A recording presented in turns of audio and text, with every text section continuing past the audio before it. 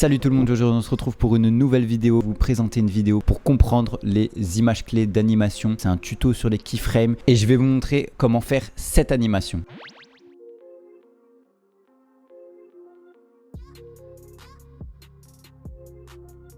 Je vais vous apprendre à utiliser les keyframes, à comprendre les keyframes. Allez, let's go, c'est parti!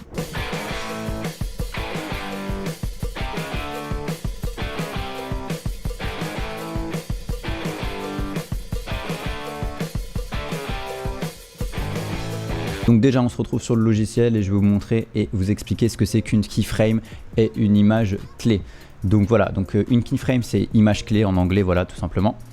Donc on va glisser par exemple cette image sur la timeline et là donc du coup on a cette image. Donc là on a plusieurs paramètres, vous allez ouvrir votre effet, votre option d'effet ou effet contrôle. Enfin moi mon Premiere Pro il s'est mis en anglais, je ne sais pas pourquoi. Et donc là vous avez plusieurs paramètres où vous aurez un chronomètre, donc la position, l'échelle, la rotation, le point d'ancrage.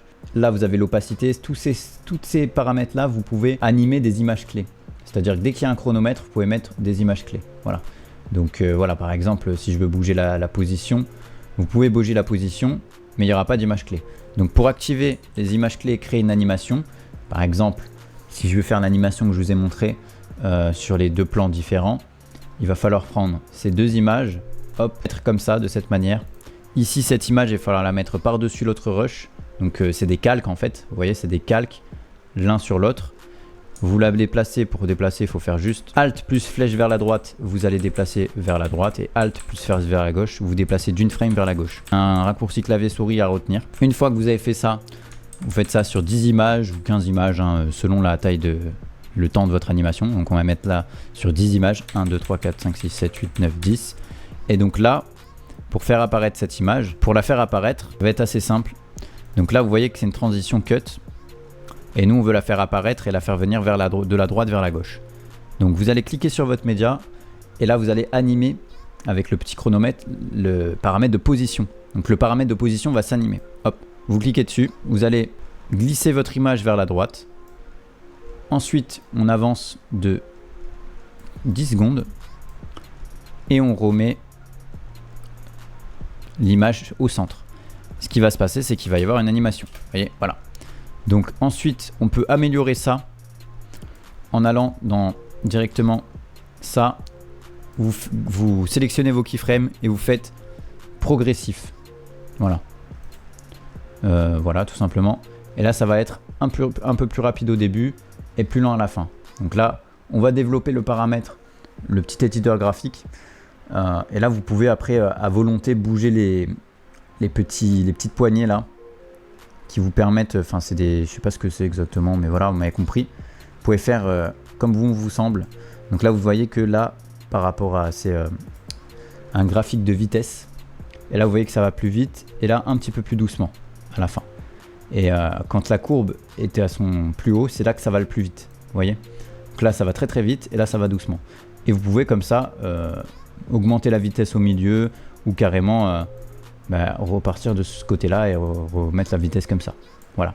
Il y a également d'autres paramètres pour les images clés déjà préconfigurées, mais on va pas les utiliser. Voilà, on va pas les utiliser. Moi perso j'utilise progressif, dégressif, Bézier un petit peu aussi, linéaire. Ça c'est le paramètre de base, donc c'est linéaire. C'est votre animation quand vous ne l'avez pas animée, elle est linéaire, elle est comme ça. Et après les autres je les utilise pas trop parce que moi généralement je paramètre comme ça, vous voyez. Par exemple si je veux que ça aille plus vite à la fin, voilà. Et il faut savoir que toutes les images clés, donc là du coup vous avez votre animation, plutôt pas mal. Toutes les images clés, enfin toutes les effets de votre logiciel sont paramétrables avec des images clés. Donc tous les effets qui sont ici sont vraiment paramétrables avec des images clés et vous pouvez paramétrer à l'infini tous ces effets pour créer des nouvelles choses. Voilà, tout simplement.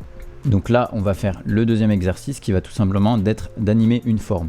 Donc vous allez cliquer sur Nouveau. Donc une fois que vous avez créé votre forme, ici vous pouvez lui donner la forme que vous voulez avec l'opacité. Voilà. Donc là, on va créer un masque pour lui donner la forme d'une boule par exemple. Vous pouvez augmenter le masque pour faire un effet un peu plus... On peut le laisser vraiment au minimum. Et là, par exemple, si vous voulez animer votre boule et qu'elle parte de droite vers la gauche, c'est la même chose.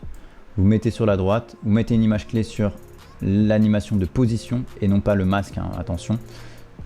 J'en vois beaucoup qui font cette erreur, donc voilà. Et ensuite, vous avancez là, et voilà.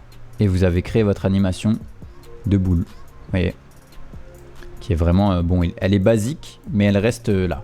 Et après, si vous voulez la perfectionner, vous allez ici et vous pouvez directement, avec les petites pincettes, directement modifier. Donc là, vous voyez, ça va aller doucement au début et plus vite à la fin. Ça, c'est des animations de base, hein, bien évidemment, c'est des bases.